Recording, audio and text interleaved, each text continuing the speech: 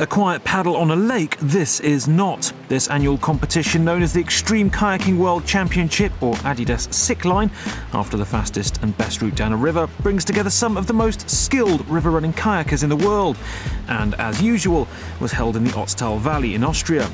Definitely not one for the beginners. The premise is simple: to get to the bottom of the raging torrent fast, and ideally still in your boat. Britain's Joe Morley won the World Championship 2013 on Saturday, October 5th.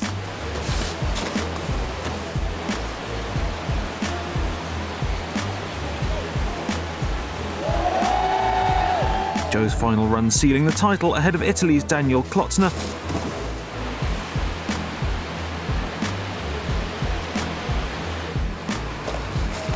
and Russian Igor Voskoboynikov, who finished in third place.